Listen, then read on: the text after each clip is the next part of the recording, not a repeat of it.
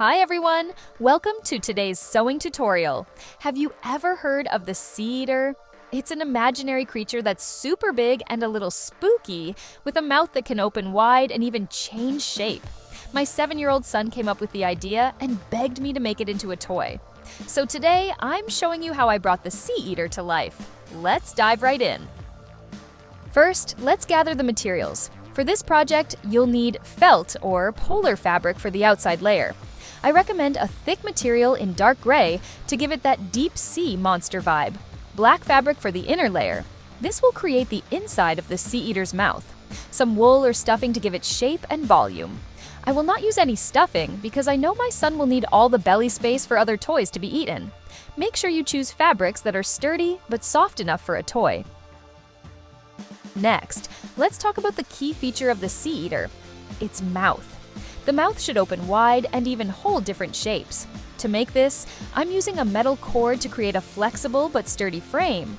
To make it safer and more durable, I will cover the cord with duct tape, which adds thickness and extra resistance. This way, it's soft enough for kids to play with, but strong enough to hold its shape.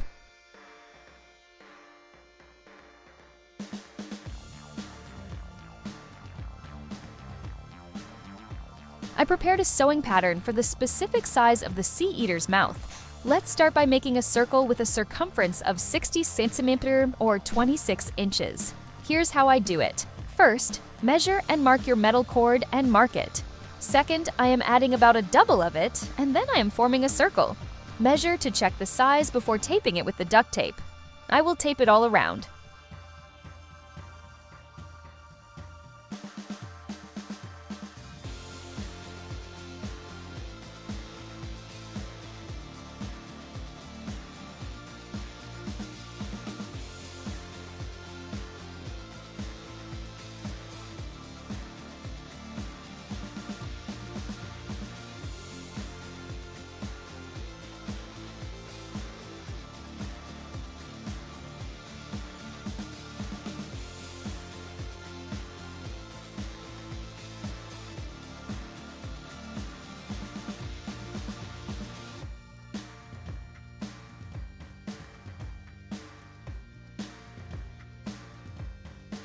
The sewing pattern for the seaeater is available in my Etsy shop.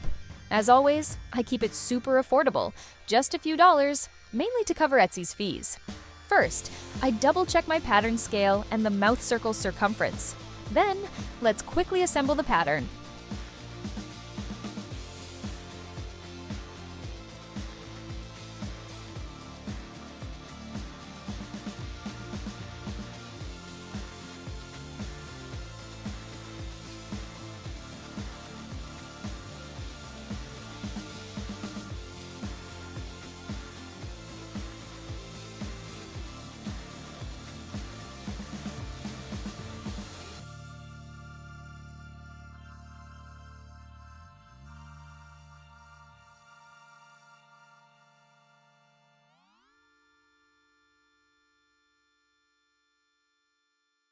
Now that we've got the base, it's time to work on the individual parts. We'll need the belly piece, top body piece, legs, paws, and the tail. Let's cut everything out. From the black fabric, cut one piece each for the top body and the belly. From the gray fabric, cut another set of the top body and belly pieces, along with the legs, paws, and tail.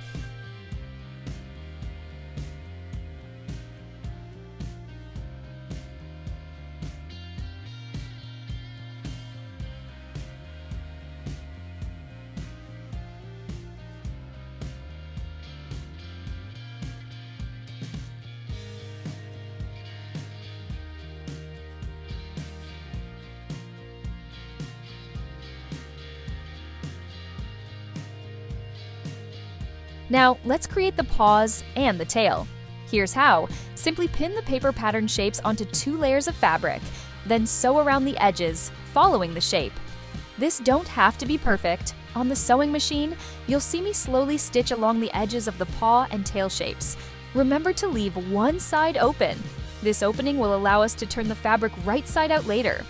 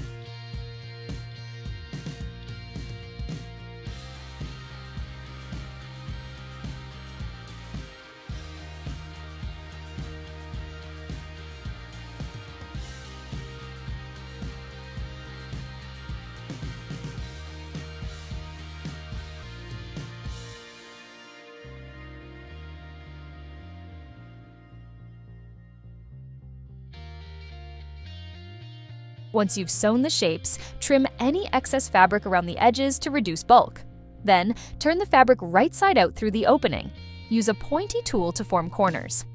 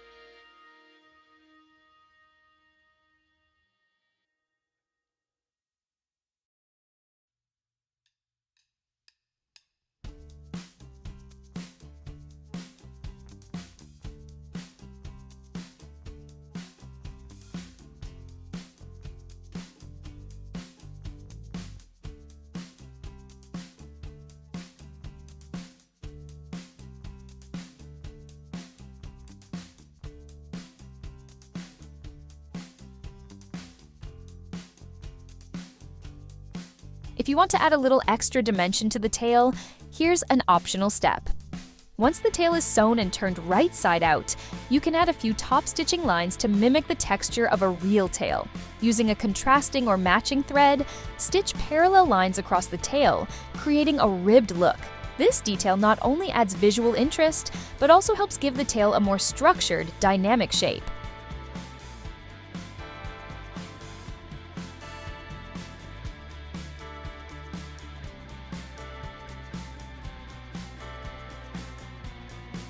Let's continue with legs.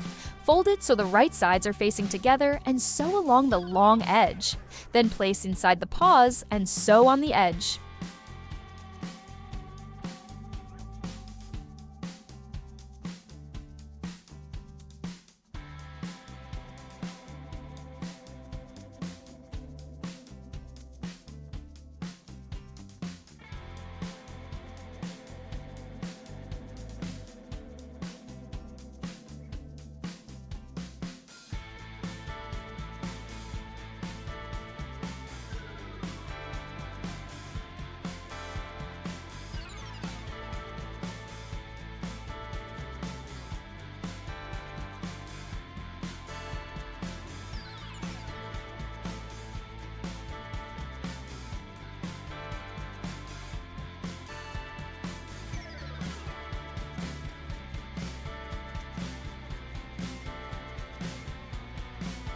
Now turn the legs right side out.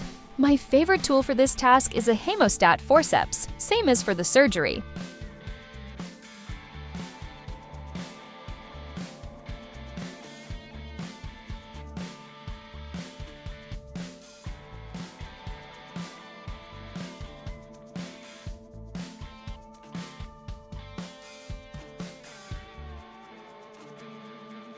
I'll be adding a wire inside the legs for extra structure. To ensure safety, I'll cover the ends of the wire with tape so they won't poke through the fabric. Then, I'll secure one end of the wire in place with a pin. It's important to keep the wire away from the sewing margin to avoid any issues when stitching.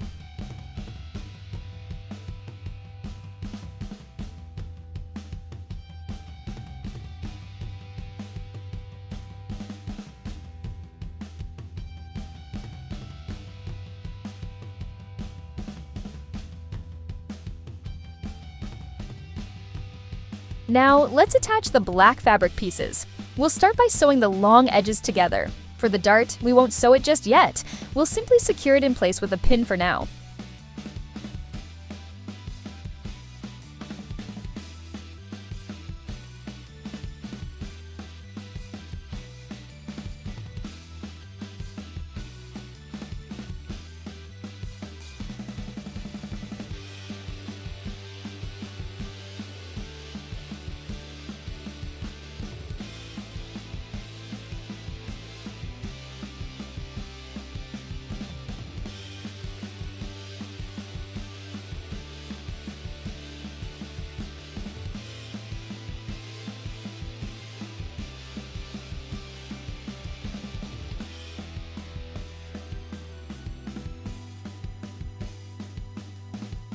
Next, we'll work on the gray layer.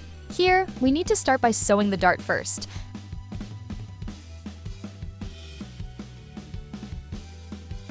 Just like with the black layer, we'll attach the sides, ensuring that the right sides are facing each other.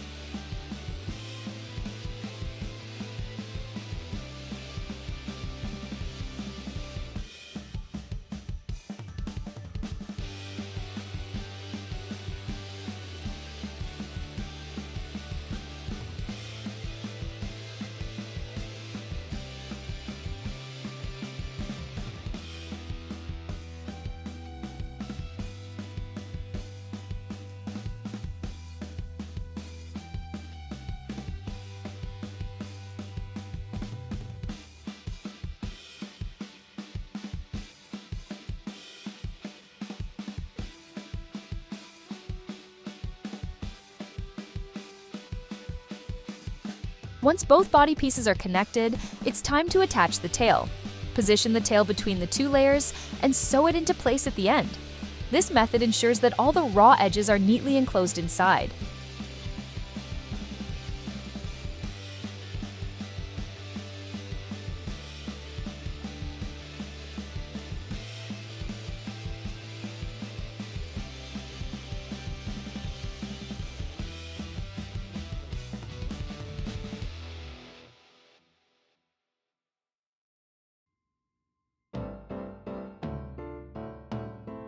The next step is to join the gray and black layers. Turn the black layer right side out and place it inside the gray layer. Align the seams carefully and pin them together all the way around. Then, sew around the edge using a straight stitch.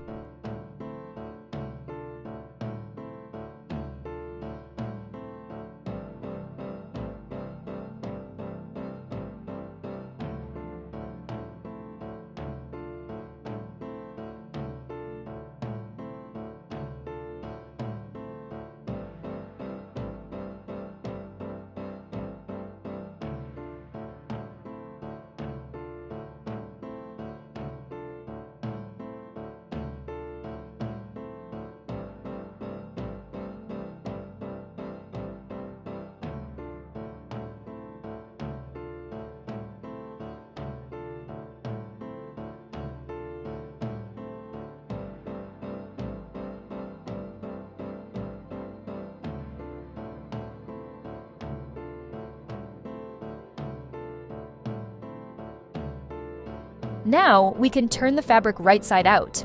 You'll notice there's a section in the black layer that hasn't been sewn. That's our opening for inserting the mouth.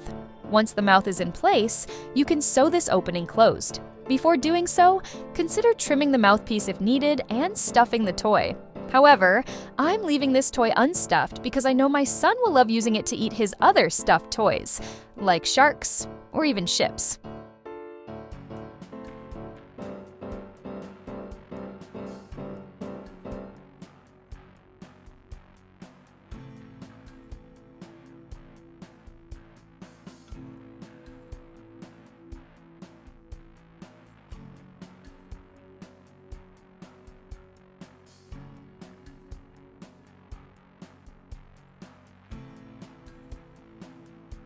I've placed a few pins to secure the edges around the mouth.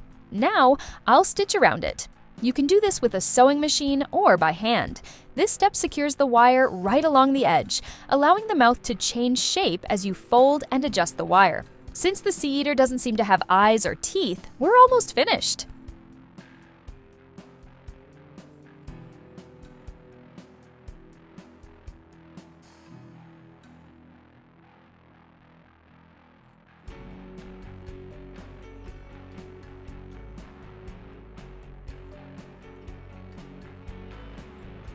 The final step is forming the legs. They might be actually his arms. I am not sure now, so really sorry for my lack of knowledge about this creature. Fold them into the position you imagine for the seaeater. You can sew them slightly to the body so they stay folded up close, or leave them as they are if your child might want to move them around and position them differently. And that's it. Your spooky seaeater toy is ready. Thank you for joining me with this fun project. If you are interested in more similar tutorials, please let me know, and don't forget to like, subscribe. See you soon!